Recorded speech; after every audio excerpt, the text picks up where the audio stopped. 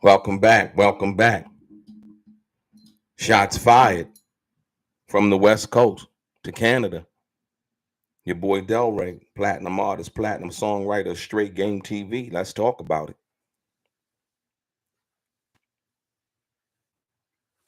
Kendrick Lamar. I don't know what everybody thought this was going to be. I heard a lot of people jump the gun based on their fanboy responses in regards to what's been going on. Let's talk about it.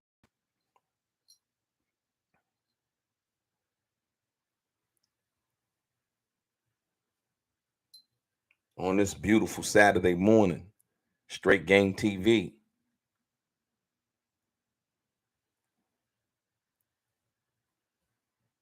Kendrick Lamar's rapid response. Waiting for y'all to come up in here.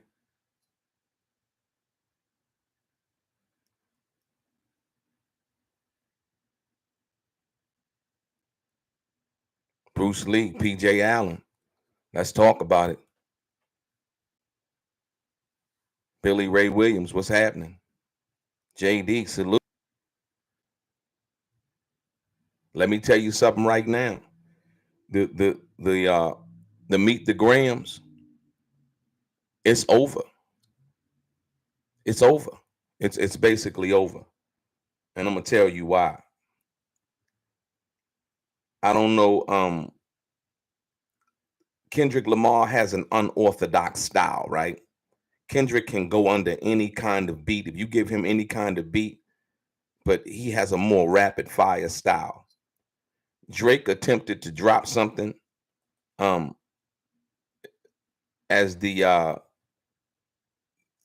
I guess, it was up, kind of like a courtroom move, if you will.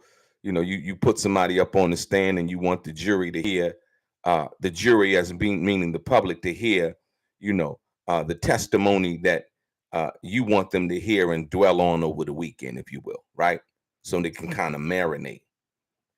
But Kendrick Lamar said no, not gonna happen. And because Kendrick writes his own lyrics, right, and is a prolific songwriter, Drake is actually turning Kendrick Lamar into an international superstar. I'm gonna say it again.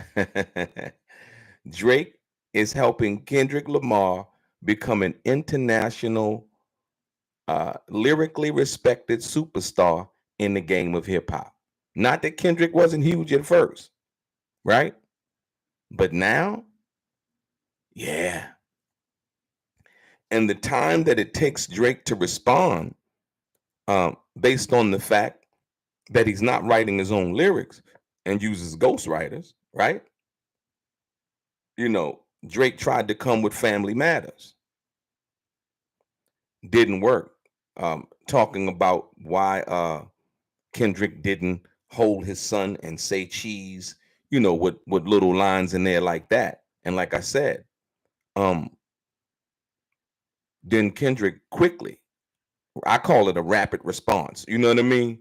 No. You're not gonna do that, right? Kendrick comes back with the Meet the Grams and deals with everybody in their own individual right and Drake's family, right? Crushing. You know, so when you think about Drake talking about Kendrick, hey, he can't go back to his hood, and plant no money trees and things like that because Drake claims that he does so much for, the people in his neighborhood, and rightfully so. He might do. I don't really know, but I've heard that he does. And but Kendrick comes back and addresses Drake's son by name. I don't know if this is worse than this is worse than hit him up, because it's getting personal now, because people are, it's the family thing now, right? It's not just, dealing with what Pac was talking about, somebody's wife and then saying other things. It's like, you know, um, Kendrick addresses Drake's son Adonis, basically saying, "Dear Adonis, I'm sorry that that the man is your father, and adding, it takes a man to be a man. Your dad is not responsive, right? Amazing. And then he goes after Drake's parents, basically saying your son got some habits and that they raised a horrible fucking person. Wow. It's getting ugly. But like I said, more importantly, at the end of the day, the thing that really started the beef was when they did the song with a Metro Boomin, basically calling J. Cole, Drake, and Kendrick Lamar the big three. Kendrick totally didn't agree with that. He was like, it's just Big Me. It ain't no big three. And so when that came about, then here we come with the diss tracks. Now most people was like, oh, when Drake dropped his diss track, like, when is Kendrick gonna respond? When is Kendrick gonna respond? Any true lyricist in their own right responding to any kind of diss track is gonna take their time and is gonna do their research. And it seems to me that Kendrick Lamar has done his research, and Kendrick Lamar has crushed Drake. It is over. There is no there is no response that Drake can possibly come back with in a timely manner. Drake dropped Family Matters, and Kendrick about, I would say, 30 minutes later, short time after that, dropped Meet the Grams. Stunning. Didn't even get a chance. It was like Drake was trying to have a conversation with his fans in the public, and he didn't really. He was rudely interrupted by Kendrick Lamar's Meet the Grams, which was substantively way better, lyrically way better. The cadences, the references, and just the delivery was way better, right? We talking about hip hop. This is hip hop right now. For all of the other MCs who do not write substantive hip hop right now, you are being shown what it is to be an MC, a true MC to this game in hip hop, involving Kendrick Lamar. I can't say Drake. The reason why I can't say Drake is this is the thing that most people don't understand. If Drake is not writing his own diss records, it doesn't count anyway. Because basically that's from a mind of somebody else, basically trying to peek into a situation, right? And where they're trying to give Drake the upper hand. But if I'm gonna diss somebody in the song, it has to come from me. It has to come from my own experience, my own investigation, my own knowledge. And like I said, Drake has dismally failed and is making Kendrick Lamar bigger than he already is. You understand what I'm saying? By Kendrick coming the way that he came and waiting, I understand you got people who are going to be Drake fans, and I love Drake. And now, this is not about your love for Drake. This is a MC battle. This is about whose pen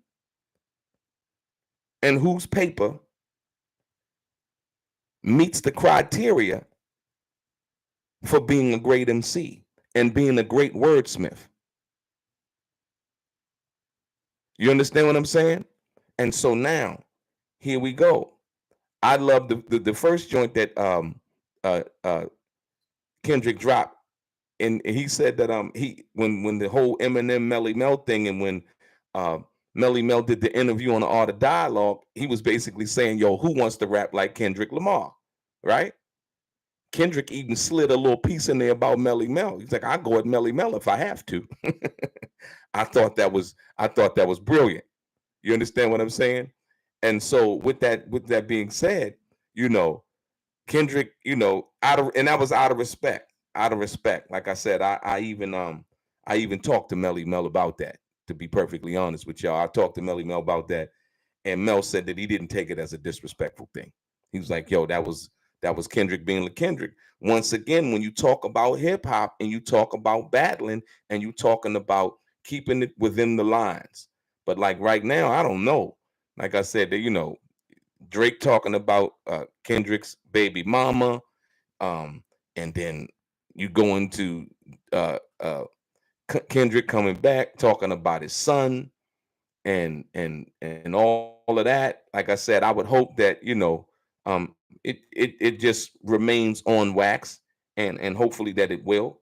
Um, yeah, and then Kendrick Lamar actually coming out, but like I said, Drake went there first. You know what I mean, and referencing, how come he said, basically he's saying, how come uh Kendrick don't, he said, why you never hold your son and tell him say cheese, right? So, and then Lamar had Kendrick hit him up in Euphoria a little bit, but like I said, with this Meet the Grams, the Meet the Grams is like a whole nother level. You come with Family Matters, and then he dropped Meet the Grams. It's like, yeah. What y'all think, man? It's over. I say it's over. It's over. It's over. It's over. It's over. Kendrick Lamar has shown that Drake is not time enough, lyrically efficient enough, or superior, if you will. And Drake is what Drake is, what he's 0 for 2 from, not from Kendrick, but as far as battle raps, when Pusha T came at him. Like I said, it's a different thing when you come from the elements of what this is. When you come from the trenches, Drake came in the game talking about, we started from the bottom. Now we're here. We know for a fact with the cover of Mad City, that Kendrick Lamar, coming from Compton, he came from the bottom. Hey, there is no mistake about that. Period. You understand what I'm saying? And so then when you deal with Drake, people were saying, yeah, you had a house with a swimming pool in the backyard and so on and so forth.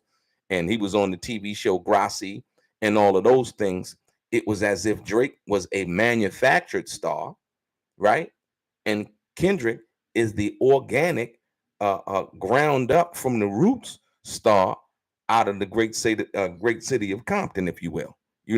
As NWA, as Game, as and you got some pretty lyrically, Ice Cube. You know what I mean? Guys who have been lyrically proficient in this disc game.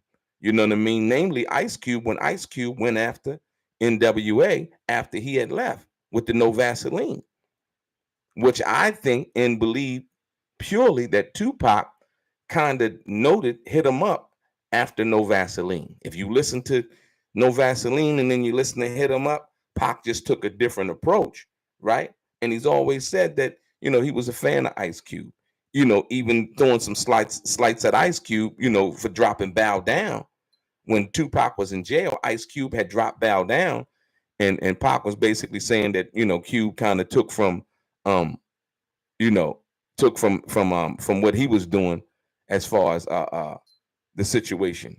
So he dropped Tupac said he dropped some shit called Bow Down, and you could tell he listened to Hit 'Em Up. But then when you go back and you look back, you can tell that Pac listened to No Vaseline, which is still, I would say, one and two Hit 'Em Up and No Vaseline are one and two of the best diss tracks of all time, period. Then you go into Jay and Nas's Ether, or should I say Ether is in that three. From that perspective, I say 1, 2, and 3. When you talk about dismantling an MC from the battle rap perspective, if you will, right? Yeah, it's over.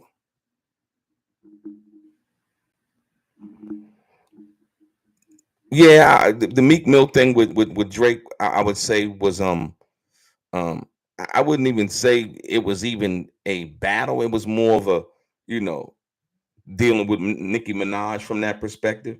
When you deal with it from that perspective, but this Kendrick thing, this is a real one-on-one battle.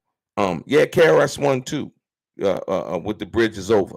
Yeah, when you go back to, like I said, a lot of people who really don't know anything about hip hop from that perspective, um, yeah, they don't remember those records. But like I said, I'm talking about from what we know as far as um I would say KRS One, when he did the Bridges Over, was that the premier battle rap, if you will.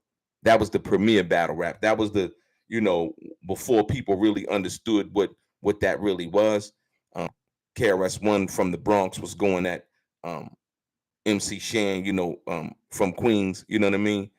With the Bridges Over, And so yeah, that right. But like I said, dealing with this Drake and this Drake and Kendrick Lamar thing is yeah, it's crazy. It's crazy. Most people don't understand like what it takes to really sit down and write a dope song, period. But when you sit down and you write a dope, when you do your research and you go behind the scenes of a person's life, and you may know people that know that person, that know certain things about the person, right? That they're trying to keep private. Like Kendrick Lamar talks about Drake having a secret daughter, you know, and which a lot of people probably don't know. I mean, I don't know. I don't even know if it's true, but like I said, yeah, you talking about J. Cole, Pusha T, ASAP Rocky, Kanye West even got in there with the remix, and from that perspective. And so yeah. And then the cold part about it was, even after using Drake being so inefficient in his ability to be a battle rapper, right? He then goes and incorporates AI, a AI generated verse of Tupac to try to battle Kendrick Lamar. Wrong move, and should have known better than to do that, based on the fact that you know the estate's relationship with Kendrick, but also the estate's relationship um overall with the game of hip hop, and how they believe Tupac, something like that shouldn't be allowed. I mean, if they wanted to do something like that, you know, Drake could have probably went and sampled some of Pac's music and tried to make it be more substantive from that perspective. But using the AI generated verse of Tupac and an AI generated verse of Snoop, yeah, he really has fell flat. And like I said, once again, it doesn't really matter right now what Drake comes back with. He can't come back no more after Kendrick dropped that. Yeah, the Graham joint. Nah, that Meet the Grams is nothing but fire. And so people, like I said, depending on what side they act like they want to be on, um, when you think about being an MC, you can't. There's no we no, but we're not talking about how you feel about Drake. We're not talking about if you Drake's music, And as a matter of fact, see, Kendrick Lamar is gonna make Drake music sound different with this. I'm telling you now, you got to tread lightly, because the internet is so powerful, right? That when people start to listen to Drake's music now, it's gonna sound more bubblegummy, because Drake has stepped into a realm that he's never been in before, in being a battle rapper slash lyricist. We know that Drake was dealing with ghostwriters, and so now when it's like when he steps on stage and you hear Kendrick, you're gonna be like, you know what? When Kendrick goes on tour now, you're gonna have a lot of Drake fans as well as the females, right? Who like Drake. You know how that go. They're gonna be like, oh girl, Kendrick crushed him. You know what I mean? And so when you open up that line, you know how some people say, well, somebody might diss them. If you on a high totem pole, or you on top of the game right now, right? It was just like what Tupac did for Jay-Z, right? After Biggie and Jay-Z did the Brooklyn's Finest thing, then Tupac came back, and when he did the Machiavelli album, in the beginning of the Machiavelli album, he was like this Jay-Z from Hawaiian Sophie fame, right? Nobody really knew who Jay-Z was. Pac actually elevated Jay-Z to a whole nother level where people would begin to pay attention to his name. It's like branding, right? So now Drake has a huge following. Drake goes and he sells out arenas. You know what I mean? Kendrick has a huge following, but Drake has that crossover appeal, from doing slash R&B records slash, rap records and things like that. But Kendrick is way more substantive. His rhymes are way more thought out. A lot of times I look at a lot of these guys, it's like they're when they coming with it, like Drake, sometimes I listen to it, I'm like, they'll say the same thing 3 times in a rap. You know what I mean? So it'll be like, and she was sending dinner, and she was sending dinner, and she was sending, and I think to myself, I'm like, damn, they couldn't think of nothing else to write right there, and they'll say the same thing. And it's like, to me, it's kind of lazy, manufactured microwave music, if you will. That's why when Kendrick puts out a record, you got to understand it takes a while for him to put out a record because he's actually sitting back, orchestrating something phenomenal. You know what I mean? And so that's the reason why I say now that Drake has totally lost his way in dealing with yeah, 90% of Drake fans are females, right? But guess what? When you open up a line or you open up a lane or a line of conversation and you stepping into this battle rap realm, if you will, right? That was like with Nas and Jay-Z. Nas has never been a mainstream artist. But once Nas hit Jay-Z with that ether, even though Jay was talking about what he was talking about, it was over. It was over. People started to look at Jay-Z different. Even though Jay-Z was from Brooklyn, Nas from Queens, but yeah, Nas was just a more proficient MC in that respect right there. You know, as far as selling records and all of that, Jay-Z did that. But like I said, you got to go back to the beginning, if you will, to understand where that came from, right?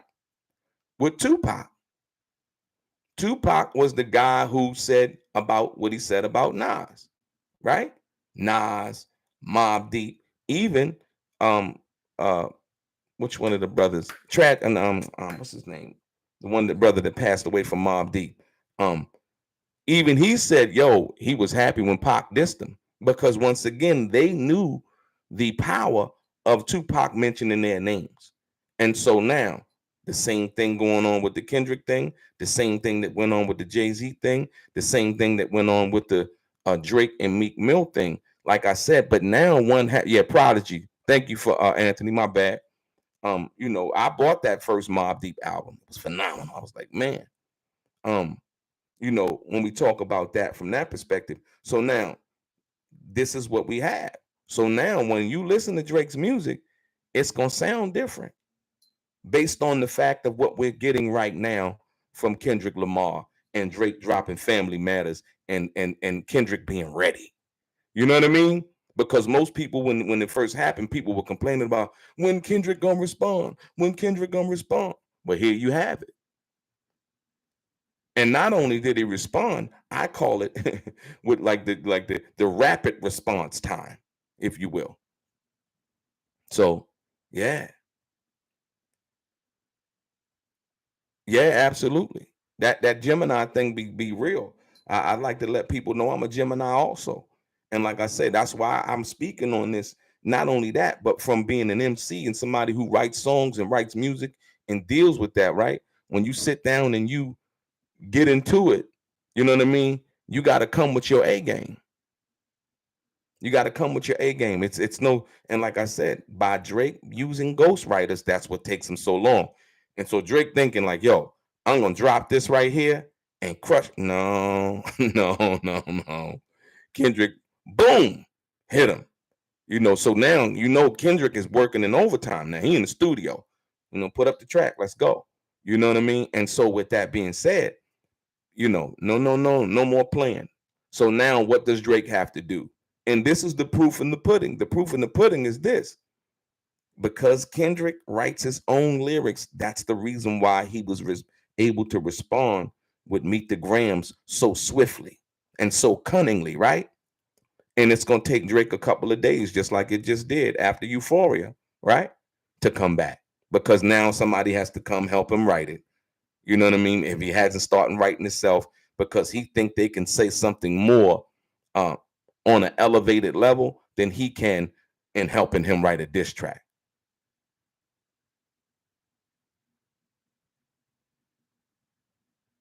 Yeah, absolutely. Kendrick dropped a nuclear bomb. And when we talk about when we talk about just straight lyricism, I'm not talking about, you know, marketing. I'm not talking about promotion. I'm not talking about none of those things. I'm talking about when you step up to that microphone, when you grab that pad and that pen, who's going to say the most slick, the most proficient, the most lyrical, use the most crazy ass cadences and things like that. The double entendres and stuff like that when you write a rhyme. And Kendrick just crushed him. Yeah, he crushed him. The game is over. Yeah, the break's over. The break is over. It's a done deal. So anybody, and like I said, I had heard a couple of internet, podcast people talk about the line that Drake had said about, I want to see your splits in your contract. He said, because your splits, and you can tell people from behind the scenes are feeding information, right? Because the way you doing your splits in your contract or something like that. And it was like, I haven't heard Kendrick come back with what his whole song doesn't beat that verse. Well, let's be clear. Well, Kendrick could have came with that too, because remember, Drake had the contractual situation with Young Money, and he said that he wasn't getting paid at that particular time. So when we talk about that, it's not even parallel. Each artist, they signed a deal and so on and so forth. Drake just did a deal for his, part of his catalog and things like that. You know what I mean? But more importantly, it's not about that right now. It's about who is the better MC, who can say the slickest, flyest shit, and galvanize the people who understand what hip hop really is. Yeah, he Morris in photography. Not only does Kendrick have more in the tuck, it's not even about having more in the tuck. This is about he writes his own lyrics. He's really lived it. He's really, you know what I mean? He's really a monster with that motherfucking pen, man. And he's always been. All you had to do is listen to it. And I'm telling you now, Drake is introducing Kendrick to a whole level of new fans, because this is taking over the internet, if you will. They're issuing press releases. Listen to me, man. They're issuing press releases as each Kendrick Lamar this song drops. They're issuing press releases as each Drake a song or this song drops. So now you say, okay, they're issuing press releases. So it's marketing at its best. Like I said, in a situation involving 50 Cent and Kanye West, when they were going out and they were releasing their albums around at the same time to see who would sell the most albums. It was a great marketing scheme. Yeah. I mean, if you're looking at OVO being over, the only person that ever really came out of OVO was Drake. He never really introduced anybody else. So when we talk about Kendrick Lamar, we're talking about a guy who, once again, not only got the nod from Dr. Dre, right, but is from Compton. And we know that Kendrick actually started from the bottom. Now he's here, right? Kendrick actually started from the bottom. Now he's here. If you look at Drake's career, Drake was what you call what Cat Williams. Remember, Cat Williams was talking about somebody who comes in the game and is positioned already to win. Drake is the guy who came in the game and was positioned to win, because he was already in that Disney world and that whole thing, right? Absolutely, Marlon Morris. He was already in the Disney world, so he was like Britney Spears. Britney Spears was doing Disney. You know what I mean? Kind of like Nick Cannon too. Nick Cannon was doing Disney. So therefore, you have an agent already. You already in the line of the revenue stream of what that is and what that means. You're going to get the auditions. You're going to get all of these things. And so now, once Drake wanted to rap, they were like, you know what? We can get him some writers and we can make him into a superstar. A lot of this stuff is manufactured when you understand what it is, right? Yeah, he was a child actor first. Now, I wouldn't say Drake was Milli Vanilli. I would say Drake was more of the person when you talk about when you manufacture an artist. Like, I'll be perfectly honest. Let's be perfectly. I'm better than Drake. You go listen to my music. Go listen to my shit. I'm rapping and I'm singing. I'm talking about slow songs and fast songs and other stuff, right? But my thing is, I was never willing to just sign any kind of contract. My thing was, I wanted to be able to meet the people who license for television, license for movies and stuff like that, because that's where the money's at. Other than selling records, they give you a loan, and then you have to pay the loan back. So I've had my music on televisions, movies, and all of those things and still get royalties from that. I would rather go that route than sign some crazy ass contract and then understand that, they just giving me a bank loan. You know what I mean? And be able to handle my business accordingly. Listen, and you see on the back of the wall right there, on the back of the wall, I won the LA Music Award twice for being the best hip hop and R&B artist in all of Los Angeles, right? You know, so when I talk about getting into the writing and the whole thing and what that was, you know what I mean? How I was able to meet the people that I met and be able to record with them and it not really cost me nothing. Like I said, once again, Kendrick Lamar comes out of that thing.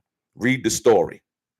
You know, read the story, know where it comes from. These lyrics, the lyrical MCs that come from, you deal with Melly Mel from the Bronx, you deal with Jay-Z from Brooklyn, you deal with Nas from Queens, you deal with Kendrick from Compton, you deal with Pusha T from Virginia. You deal with all of these guys who really come from that element. And where that struggle comes from, it makes those lyrics much more proficient, much more solid, much more relatable, right? And you can tell when Drake came in, it was a manipulation move because he wrote the song, started from the bottom, now we're here. No, he didn't start from the bottom. And that's okay. It's all right to not start from the bottom or be from the projects, all of that. I'm not saying that you have to be from that place, but I'm just telling you that's where those lyrics come from. You go and look over the greatest MCs and the people that have come from, from humble beginnings, should I call it?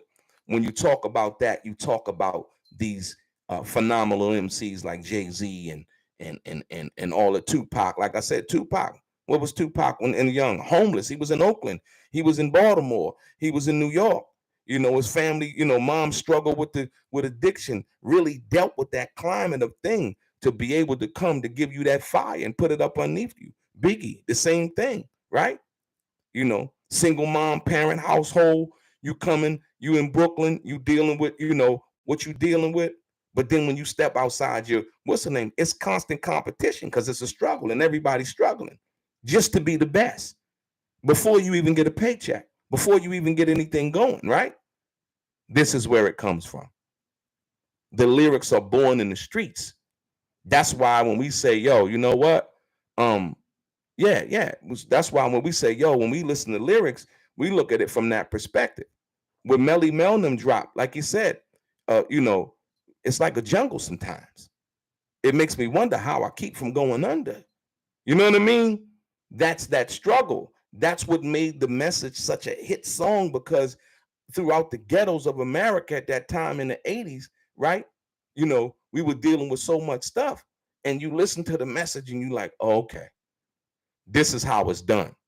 And not only from that perspective, but Tupac talked about that in Tupac's last interview with Rob Marriott, right? Tupac talked about the night we was at the House of Blues, but Tupac also talked about Melly Mel came to the studio.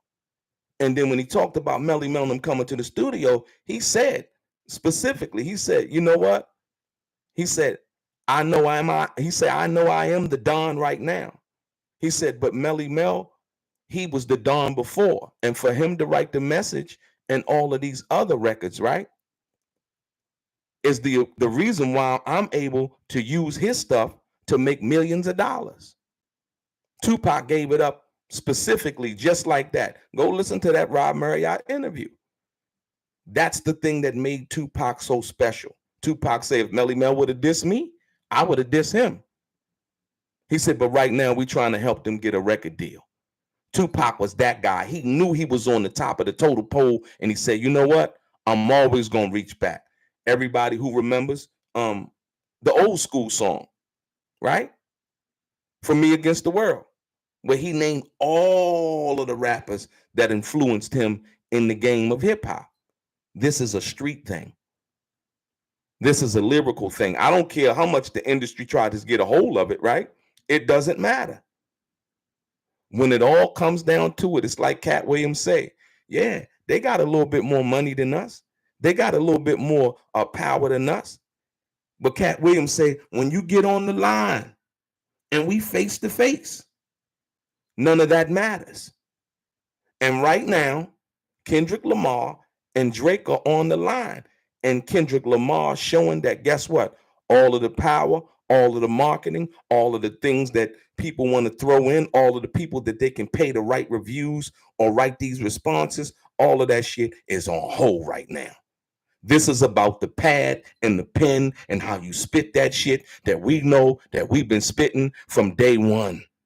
And like I said, you got to know that everything that's done in the game and how they've come about, bringing and introducing certain people into the game, it's all about money, right? But when you get to that pen and that paper, you can't buy a dope ass rhyme. You got to create that shit. You got to put that pen to paper and coming from your mind and coming from the knowledge and being witty, right? About what you're saying. That's how you got to do it. That's just how this is done. All the rest of that shit is on hold, period. Like I said, guys like Pusha T, that's why they talk about the hustle so much. When Pusha T them came out with the clips, go back there, man. That shit is phenomenal because it's authentic. It's from their heart. It's from what they live. It's from what they experience. You know what I mean? And so you can't discredit that, so at the end of the day, this situation involving Kendrick Lamar and Drake is over. Drake needs to just go on and keep it moving. Try to put, and listen, let me be very, very clear. The next time that Drake drops an album, it's not going to be received the same. It's just not. Because a lot of things weren't known at that time, like for the fact that Drake doesn't really write his own rhymes. It was known and buzzed across the what's the name, right? But now Kendrick has exposed that. You can act like you didn't hear it. Okay, cool. And not that people are going to hate Drake or not like Drake, right? We're talking about hip hop. So when you drop your next record, it's going to be a little bit different in how they receive that, but when Kendrick drops his next record, you can expect those sales to be increased because this is what it's always been about from the block, from day one. You sit on your block, everybody's rapping with Jay-Z and DMX when they battle, right?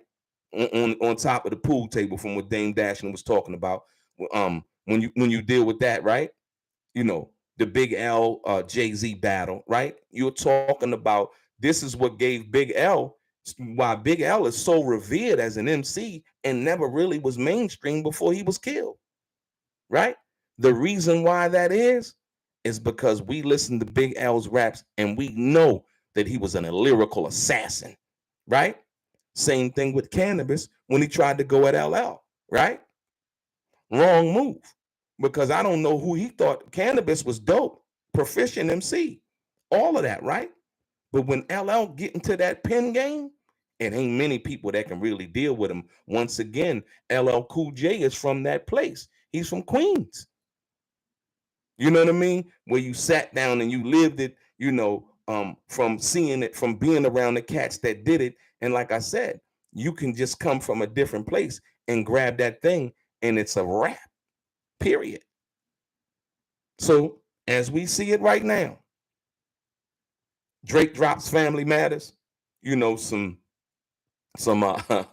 some based on the TV show Family Matters from that perspective. And then Kendrick just comes with the slaughter move and annihilates Drake with Meet the Grams. And like I said, so when we dealing with these facts, it's over. I'm not even even no deploy 619. It doesn't matter if it was LL. Once again, you got to know who you step into and what they're capable of. Remember, LL and Ice-T battled, right? And like I said, Ice was like, Ice-T talked about like, how he, and it actually helped Ice's career. You know what I mean? Going at LL because LL was a sex symbol at that time. You know what I mean? So once again, when you talk about dealing with that, LL came back and he dismantled Ice-T at that particular time. And people knew Ice was more of a gangster rapper, you know what I mean? But Ice had his lane, doing the acting, doing the rapping, and he had his audience, So Ice felt like, let me go at, LL Cool J, because niggas wasn't respecting West Coast, whatever. And which was a political power move for Ice-T. You see how long his career has lasted. LL always was nice. Like one of the dopest songs I know from LL was Milky Cereal. Go back and listen to that joint where he rhymes about the cereals. I was like, dude, you know, one of the dopest. Like I said, you got to understand. One of the dopest rhymes from Nas was what? The song called Rewind, where he raps the song backwards. I'm like, that joint right there should be in the Smithsonian, not the Smithsonian, but the copyright. One of the greatest hip hop songs ever written in the copyright office. That Rewind with Nas. Like I said, so yeah, LL ended Cannabis's career. You know, L came back. You talk about the mic on my arm, like what? You know, and that just goes to show you, yeah, Stillmatic. Look, that just goes to show you, right? When you talk about, that's why LL Cool J got the mic on his arm, right? Because guess what? More than so than anything, before the marketing and all of the radio promotion and all of that stuff comes into play, what comes into play? You got to be able to grab that mic and command attention and make people pay attention to what you're saying. And if you can't do that, you know what? People gonna be like, yeah, he all right, but my man over here just crushed him with that thing he came with. And that's what's happening right now. You're seeing Drake right now be exposed. I don't know who's advising him, right? But right now Drake is being exposed to the people that don't know him for being a proficient MC. It's just that simple.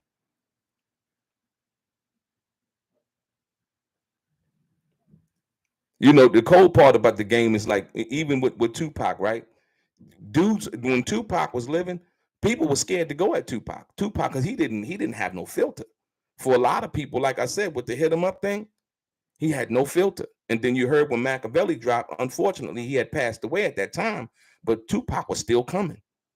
You know, I was kind of wondering, like, okay, cool, he did this, he did that. You know what I mean? Where was he gonna go next? You know, from that perspective. But like I said, he was dealing with everything.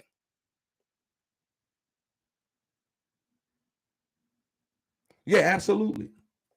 That was one of the things. But see, that's what makes you a proficient MC, and that's what takes away from Drake's credibility as far as being an MC. Because unlike Tupac, I mean, unlike Tupac, Drake really, I don't think he studied the game. You know, Tupac was out there in New York, in the Bronx, as a youngster. You know, come from that Black Panther thing. I think that's why Drake, you know, he went and bought that Tupac ring, which I commend him for doing that. You know what I mean? Um, and remember, Drake got those charms. There was a blue charm and a red charm with the Tupac crowns on them, with the crowns on Tupac head. You know what I mean? I think he really respected Tupac. But from that perspective, once again, to be in this thing called hip hop, you have got to write your own lyrics if you're gonna step up and try to do a battle. Period. And you might lose the battle, but guess what? It was authentically you. It was authentically what you stood on. You know, because like I said, that's just the way that the game moves. The game moves like that. Sometimes you win some, sometimes you lose some. But you live to keep on going, as far as in meaning live in the game of being a respected MC and say, you know what, my man, you know, I like what he did. Just like with Nas and Jay-Z. We know that Nas won that battle. Period. When Nas dropped Ether, it was a done deal. Jay-Z knew that. And so much so that Jay-Z would later help Nas get a deal, right? Over at Def Jam. You see what I'm saying? And now they're cool now. You see what I mean? So you can rise above what it is now that's going on. And so, like I said, but this Kendrick and Drake thing, you know, Kendrick talking about, Drake actually talking about Kendrick's fiance, if you will, and asking, you know, in the song Family Matters, basically trying to, you know, go at Kendrick with about why you never hold your son and tell him cheese, right? You know, like, whoa. But guess what? A short time after that, not even an hour after that, that Kendrick was waiting online, like, let me see if he dropped something, you know, let me see if he dropped something, try to drop something, you know, for these folks. And yeah, oh, okay, here go, you know what? Boom. And then Kendrick dropped. And it shook up the world.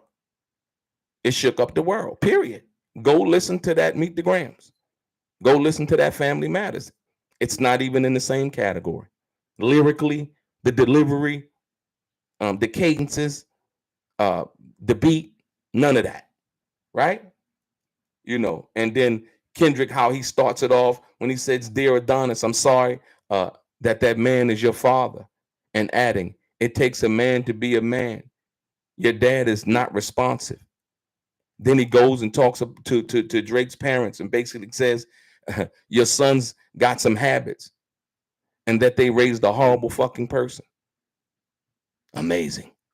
So, like I said, I just hope it stays on wax, and people, we can kind of look at this and look back at a few years. But like I said, right now, yeah, Kendrick has won this battle.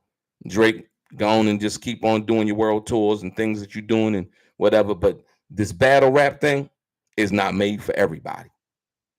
And I know a lot of people listening right now would agree with that.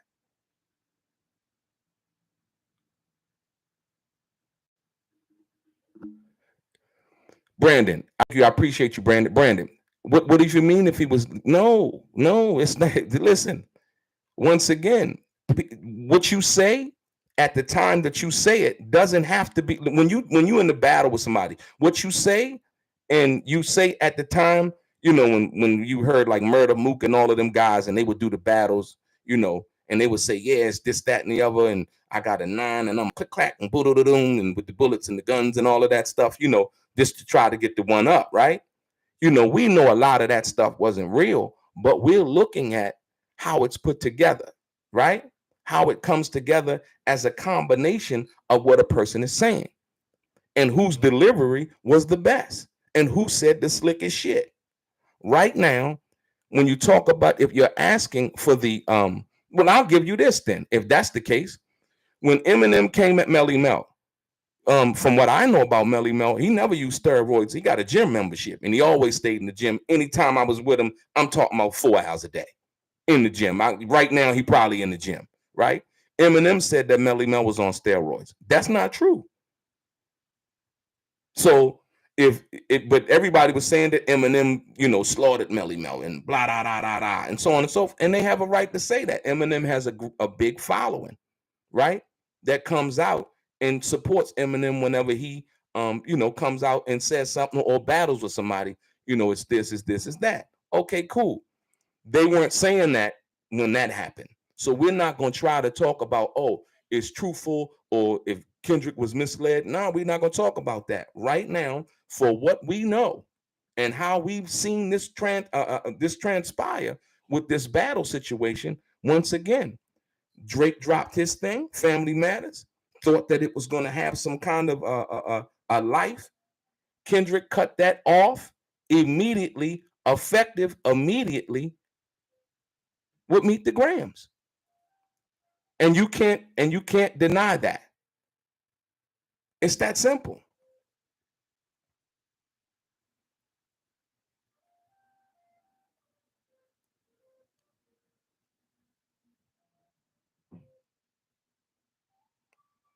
Yeah, like I said, you can't knock Drake's hustle. Drake has came in, he's captivated audiences, he's selling out, arenas and things of that nature from that perspective. And then now, when we deal with the fact that okay, he stepped into this thing, right? This tracks from that perspective. You know, what you got to understand from that is it's a different world. It's not about if the girls like you and you handsome and they want you to be their baby daddy and all of that. This is about who can put that pen to pad and say the most slickest shit. And right now, it is Kendrick Lamar by far. Layla. Yeah. So, like I said, from that perspective, when we deal with that, we're dealing with that. That's the facts that we're dealing with right now. It ain't about whether what if Kendrick was misled? No. Now we're looking for excuses for Drake. Now I see we got some Drake sympathizers in the chat right now. You know what I mean? And I feel you. I get it. If your man's is your man's, and like I said, this is just about hip hop. This is not about nothing else. This is not about whether you like Kendrick more than you like Drake, whether you like Drake more than you like Kendrick. We're looking at the substance of the matter. The substance of the matter is Drake tried to drop something over the weekend on a Friday night, and Kendrick dropped the Friday Night Massacre. And that's basically what it was. Period. Like I said, one who writes his own lyrics his response time is way better when he can write his own lyrics from that perspective. And Kendrick writing his own lyrics, Drake wasn't ready. So now, when you say, okay, how long is going to take Drake to respond? If Drake dropped something right after Kendrick dropped Meet the Grams, oh, that would have been ready for the world. But that's not what happened. He said Drake. He said, well, so 21 Savage be writing for Drake? Could possibly be. Yeah. But like I say, it doesn't really matter at this particular time. You know, whether 21 Savage or what's the other dude he be rolling with? I forgot the other guy that Drake rolls with, that they say Drake got his style from, with the baggy clothes and all of that. Yeah. Yeah, he say basically like a writer's room in Hollywood, Miss Matthews. Yeah, Lil Yachty, JD. Appreciate you on that one. Like Lil Yachty, right? I mean, Lil Yachty's not known to be a proficient battle MC type of guy. So like I said, I don't really know, like, the perspective that they're coming with that. So we're gonna see what happens. Like I said, but for me, it's over. It is over. There's no more. There's nothing that Drake can say now, man, because and I guarantee you, Kendrick probably got two more joints sitting ready to go if Drake come back with something else. But that Meet the Grams was so detail oriented, right? So well crafted that it's gonna be hard for Drake to come back. Now what? What you gonna talk about? His style, the way he rap? You can't. You can't. You know what I mean? Because now what's out there is etched in stone.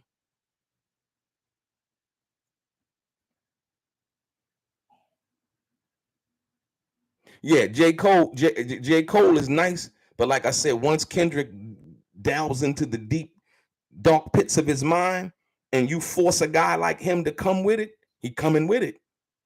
You know what I mean? That's that thing when you hungry and you come from that struggle. It's like, nah, you're not taking my spot. That's the same thing that Tupac felt when he dropped Hit 'Em Up. He felt like people were attacking him. When Jay-Z and Biggie did the Brooklyn's Finest, and Biggie was like, yeah, if Faith had twins, she probably had Tupac's. Get it? Tupac's, right? And, that's why Pac mentioned Jay-Z's name in the Machiavelli album, because he felt like, people was coming for a spot. Tupac wasn't having it. And so if Kendrick feels like, oh, Drake, with his power, with his popularity, is now trying to make me obsolete, I'm not having it. And so therefore, that's why we see that extra pickup and that extra response time in what Kendrick dropped, boom, less than 45 minutes after Drake thought that he was going to drop a bomb. Kendrick came and he annihilated him.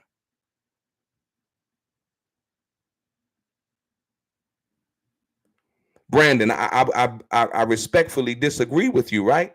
Because the internet, once again, you're going to have people who are going to be Drake fans anyway, right? We're not talking about the internet. We're talking about substance. What's on that record? What's on that record? What is the better record? Just like we talked about, the internet was available. I wouldn't say as widely as it is now when Nas dropped Ether and Jay-Z dropped his joint, right? What does history say? History says that Nas crushed Jay-Z with that Ether. It is without a doubt that Nas won that battle. And it does not make Jay-Z any less of an MC. Jay understands that when you step into that realm, you got to be ready. Just like they like to say that Who Shot Ya was not a diss for Tupac. People who understand and know the timelines, and you can see the videos on my page that I laid out. That was in fact a diss for Tupac. Right? Who shot you? Separate the weak from the obsolete. Because Tupac was blaming Biggie and them. He's saying separate the weak from the obsolete. Okay, cool, right? Tupac was like, all right. And then what happened? Tupac got out. He said a little something in All Eyes on Me. But the opportune time was hit him up. And it was an explosion. And the cold part about it was hit him up wasn't even on the record. That's the craziest part about it. It wasn't on the record. It was a B-side single, if you will. And it's one of the most revered diss tracks of all time. Tupac took no prisoners. He's like, yeah, they coming for me, I'm coming back. You know? And so with that being said, even after Pac dropped that, you know, he was like at the point, and he said that once again in the Rob Marriott interview, this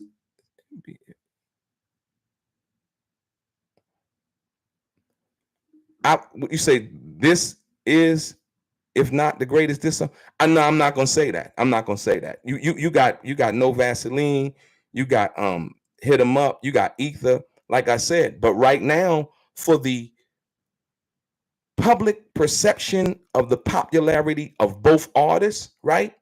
This is on the level of the Tupac Biggie thing, if you will. The level of the popularity of the artist. And I would have to say that in the realm of what that's been, that's what that is. The popularity of what this is. This is on that level. But as far as being the greatest diss track of all time, I'm not ready to say that as of yet. Like I said, time tells you everything. And what time has shown us is that nothing has come through like I would say, because Pac is dead and, you know, his legacy is so tough with everybody, you know what I mean? That nothing came through like that Hit 'Em Up. Nothing. You know what I mean? It was just, you know, that's why I fucked your bitch, you know. And then the track rolls in, you know, and he just came off flying. You know, it was like, whew, God. Like, what? Did he just say that? And like I said, for most people, they thought that Tupac was capping. Like they asking right now if Kendrick was misinformed. And I'm telling you right now, I was there when Pac met Faith the night at the Hollywood Athletic Club. Most people didn't know that, but there was no internet. So anytime you got information, it came from the Source magazine, the Vibe magazine, and you had to wait until they came out with, you know, the next issue of the magazine for you to really find out. That's why when Tupac was in jail, he did the Vibe interview, and then Puffy and them did the interview, and so on and so forth. That's why all of that happened, right? Most people didn't think that it happened. I was there when they met. I knew what was up. I'm like, oh God, you know what I mean? And so, but I didn't know that he had dealt with Faith like that from that perspective. But then when I seen him at the House of Blues, I was like, yo, you talking about that night we was at the Hollywood Athletic Club, right? Was you talking about that night we was at the Hollywood Athletic Club that you messed with Faith? And he was like, nah, but the next night though. And the next night, which Faith had lied about, she put in her book when she lied about the fact that she never went to the studio with Tupac. And then we came out on the Art of Dialogue. When I went on the Art of Dialogue, we came out with the actual interview from the LA Times reporter, Chuck Phillips, who just passed away, with the actual interview with Faith in the studio with Tupac, recording Wonder Why They Call You Bitch. Facts. Right? So now, people are asking the same thing about Kendrick Lamar. They saying, well, you know, was Kendrick Lamar, you know, misled on what he was talking about and so on and so forth? Well, we'll never know, will we, until time tells us what we need to know, just like the situation with Tupac. Right? You know, just like with No Vaseline with Ice Cube. So when we talk about that, we're not even going to get into the speculation of, well, what was Kendrick? You can't go there. That's not what we're talking about. We're talking about the substantive nature of the rhyme that Drake diss. I mean, the rhyme that diss track that Drake dropped versus what Kendrick Lamar dropped. But not only that, and Drake thinking that he was going to drop something that was going to be proficient enough and sustainable enough, right? Kendrick said, nah, I ain't having it. You know what? I'm actually waiting. It was like Kendrick was waiting by the internet, just waiting for him to make a move. Okay, boom. Now here's the gauntlet. Smash. And put all of that shit on hold. All of that shit on hold. Absolutely. Well, it's not about fake beef. I understand the fact that they're both under the same conglomerate. They're both under the same conglomerate, the universal umbrella. Oh, I get all of that. See, I knew that from the beginning, right? But like I said, once again, that does not matter when we're talking about what Kendrick said. Listen to me. This would let me know that it ain't, when Kendrick says, and like I said, it's not that they can't come to terms and say, you know what, that was hip hop. We're gonna leave it alone. But when Kendrick comes out and says, "A dear Adonis" to Drake's son, I'm sorry that man is your father, and adding, it takes a man to be a man. Your dad is not responsive, right? And then Kendrick talks to Drake's parents saying, your sons got some habits and that they raised a horrible fucking person. That's personal. That ain't manufactured right there, right? You talking to somebody's mother and father. Now, once again, I don't know what's going on behind the scenes, but like I said, once again, it makes for great entertainment, if you will. And like I said, I would hope that, like I said, and once again, Drake coming at Kendrick. Let me be fair about what I'm saying, right? And Drake coming at Kendrick, right? On Family Matters, basically, and basically engaging to his engagement to his longtime partner, Whitney Alford, right? And their son rapping, "Why you never hold your son and tell him say cheese," right? So once again, the manufactured aspect, you can say what you want about that, but I don't see that. I don't see that. I don't see that. But like I said, like I said, everybody has a different opinion. Importantly, I respect everybody's opinion, right?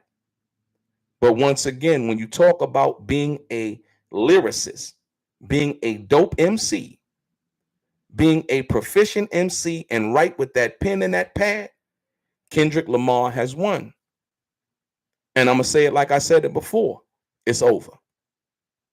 It's over. There's no comeback for this now. There's nothing that Drake can come back with. Like, the only way Drake could have won this battle is if Drake dropped something right after Kendrick Lamar dropped the Meet the Grams. If he was ready like that. He wasn't.